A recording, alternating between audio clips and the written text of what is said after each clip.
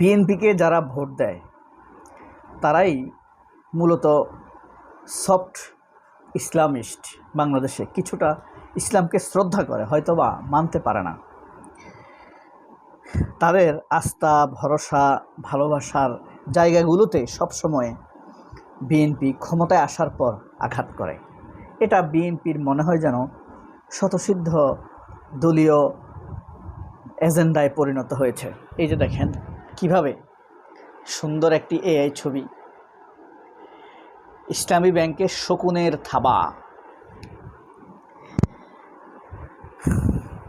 BNP তো অনেক bank করেছে, আপনার ন্যাশনাল ব্যাংক করেছে আব্দুল আউয়াল মিন্টু, আইএফআইসি ব্যাংক করেছে জহিরুল ইসলাম, বিএনপি পন্থী বলা যায়। সেই ব্যাংকগুলো কি কখনো কোনোভাবে ইসলামী ব্যাংকের পর্যায়ে যেতে পেরেছে? কিংবা এবি ব্যাংকের কথাই যদি বলেন, পারে নাই। ইসলামপন্থী লোকগুলো জীবন দিয়ে, সম্পদ হারিয়ে, আওয়ামী লীগের অত্যাচার সয়ে বিএনপিকে ভোট দেয়। আর বিএনপি ক্ষমতায় এসে বামপন্থীদের ইশারা, নির্দেশনা, পরামর্শ, উপদেশ অনুযায়ী চালাতে গিয়ে এই ইসলামপন্থী লোকগুলোকে বারবার আঘাত করে, মানসিকভাবে ভিতর থেকে বিরক্ত করে, বিশ্বাস নষ্ট করে। এই বামপন্থীরা শেষ পর্যন্ত বিএনপিকে জনগণের বীতশ্রদ্ধ করে ক্ষমতা থেকে নামায়। প্রতিবার এই অবস্থা হয়েছিল। আপনাদের মনে আছে 1990 সালে জামায়াত যখন বিএনপিকে সমর্থন দেয়, তখন চমৎকারভাবে বিএনপি দেশ চালাচ্ছিল মোটামুটিভাবে। আওয়ামী লীগ তখনও উগ্র হয়ে উঠতে পারেনি অনভিজ্ঞতার কারণে। মান্নান ভূঁইয়া তখন এমন একটা কাজ করলো, সে সব 64টা জেলা এবং তখন 484টা উপজেলা ছিল, 64 জেলা 484টা উপজেলায় না জামায়াতের যারা সভাপতি সেক্রেটারি ছিল প্রায় 600 ধরেন, আর কেন্দ্রীয় কিছু নেতা মিলে প্রত্যেকের বিরুদ্ধে মামলা দিছে। প্রত্যেকটা ইউনিভার্সিটিতে শিবিরের উপরে অতর্কিত হামলা করেছে। এই ধীরে ধীরে জোটটা ভেঙে যায়। জামায়াত বা ইসলামপন্থী লোকগুলো বাধ্য হয়ে জামায়াত বাধ্য হয়ে আওয়ামী লীগের সাথে যায়। আওয়ামী লীগ ক্ষমতায় আসে। এভাবেই মান্নান ভূঁইয়ারা নিজের আদর্শ উদ্দেশ্য বাস্তবায়ন করে বিএনপির ঘাড়ে সাওয়ার হয়ে, আর সাইজ হয় বিএনপির ভদ্রতায় বাংলাদেশের মানুষ বিরক্ত। এই মানুষগুলোই নির্যাতিত, নিপীড়িত, খেটে খাওয়া মানুষগুলো বিএনপিকে ক্ষমতায় আনে। আর বিএনপি ভদ্রতা দেখায়, আওয়ামী লীগের সাথে আঁতাত করে, আওয়ামী লীগের ব্যবসা প্রতিষ্ঠান রক্ষা করে, আওয়ামী লীগের কালচারাল ডিকেটগুলোকে প্রশ্রয় দিয়ে আবার সেই মানুষগুলো বিরক্ত হয়ে সরে যায়, আবার ক্ষমতা হারায়। তো সবচেয়ে মানুষ শেষ বিরক্ত হয়েছে 2001 থেকে 2006। এই বিরক্তির কারণে মানুষ 17 বছর বা বিএনপি আন্দোলন করলেও বিএনপিকে বিশ্বাস করে নাই। বিএনপির আন্দোলনের সাথে মানুষ ঐকান্তিকতা প্রকাশ করে নাই। এই যে দেখেন আবুল বরাকাত, এই লোকটি চরম আওয়ামী লীগ এবং ভারতের দালাল। সেই লোকটি সুনির্দিষ্ট অভিযোগের ভিত্তিতে এখন জেলে। তাকে মুক্তি দেওয়ার জন্য বিএনপির ভিতরে তোড়জোড়। কারা? ডাক্তার জাহিদেরা, মির্জা ফখরুলেরা। তবে সেই 90 সালের কথা, তখন মান্নান ভূঁইয়া যেই কাজ পুরোপুরিভাবে করতে পারে নাই, সেই কাজ মির্জা ফখরুল পুরোপুরি করেছে। তখন মান্নান ভূঁইয়া জামায়াতের বা ইসলামপন্থী লোকদের বিরুদ্ধে অতর্কিত মামলা দিয়েছে সারা দেশে। যারা মামলা খেয়েছে তারা গালি দিয়েছে কাকে?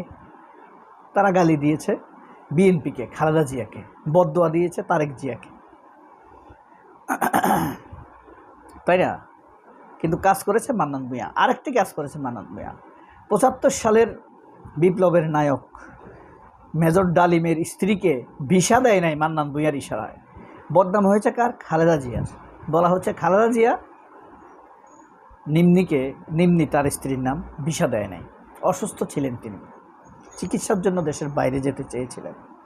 খালেদা জিয়ার উপরে সেই দায় চেপেছে। শেষ পর্যন্ত দেখেন খালেদা জিয়ার উপর দিয়ে এমন একটি মারাত্মক অত্যাচার বয়ে গেছে।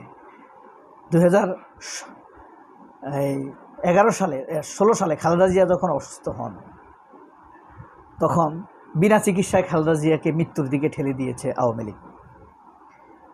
এভাবে মান্নান ভূঁইয়ারা, মির্জা ফখরুলেরা, ব্যারিস্টার সালাম তালুকদারেরা বিএনপির হয়ে মানুষের উপর অত্যাচার করে আর এই বদদোয়া বয়ে বেড়ায়। কিন্তু আশ্চর্য ব্যাপার, সেই অত্যাচারের নজির ধারাবাহিকতা আমরা দেখছি সালাউদ্দিন আহমেদের মধ্যে। এই যে দেখেন বেনজির ও বেনজিরের পরিবার,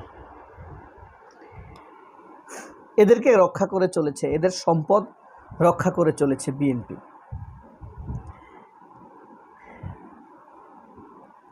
আজিজ খানদের সম্পদ রক্ষা করছে বিএনপি। খালেদ মহিউদ্দিনের মাধ্যমে সালমানের রহমানকে মুক্তি দেওয়ার কথা ভাবছে। আইবি রহমান যে ছাত্রদের উপরে গুলি চালানোর স্পষ্ট নির্দেশ দিয়েছে, তাকে জামিন দিয়েছে বিএনপি। এই বেনজিরদেরকেও জামিন দিয়েছে বিএনপি, দিবে বিএনপি, প্রসেস চলছে। কিন্তু মানুষের 3 কোটি মানুষের ব্যাংক ইসলামী ব্যাংক, এই 3 কোটি গ্রাহকই তো ইসলামী ব্যাংকের মালিক। তাদের উপরে চাপিয়ে দিয়েছে এক দুর্নীতিগ্রস্ত, ঋণ খেলাপি, চোর, বাটপার, পলাতক চেয়ারম্যান, যে নাকি আওয়ামী লীগের স্পষ্ট সমর্থক, লুটপাটকারীদের সদস্য। তাকে এখন ইসলামী ব্যাংকের চেয়ারম্যান বানানো হয়েছে, খুরশিদ আলমকে। এই সেই খুরশিদ আলম। তো মির্জা ফখরুলরা বা মান্নান ভূঁইয়ারা সবসময় বিএনপিকে ব্যবহার করে মানুষের উপরে অত্যাচার করেছে। এটা হলো তাদের ক্ষোভ। এদেশের মানুষ কেন ভারত বিদ্বেষী, এদেশের মানুষ কেন সহজ সরল ইসলামপন্থী, এই কারণে বিএনপিকে তারা ভালোবাসে। বিএনপিকে ব্যবহার করেই তাদের উপরে অত্যাচার চালানো হয়। এটা এই দেশের মানুষের নিয়তি হয়ে গিয়েছে। 90% মুসলমানের দেশে 90% মুসলমানের নিশ্চয়তা নাই, নিরাপত্তা নাই। সবাই নিরাপত্তার প্রতিশ্রুতি দেয়, রক্ষণাবেক্ষণের প্রতিশ্রুতি দেয় হিন্দুদেরকে। সবাই উদার সাজে হিন্দুদের অত্যাচারগুলোকে, হিন্দুদের অনৈতিক দাবিগুলোকে স্বীকৃতি দেওয়ার মাধ্যমে। এটাই এদেশের মানুষের দুর্গতি। মির্জা ফখরুল এবং মান্নান ভূঁইয়ারাই এদেশের মানুষের দুর্গতি, সালাউদ্দিন আহমেদরাই এদেশের মানুষের দুর্গতি। সবাই ভালো থাকবেন। আল্লাহ হাফেজ। আসসালামু আলাইকুম।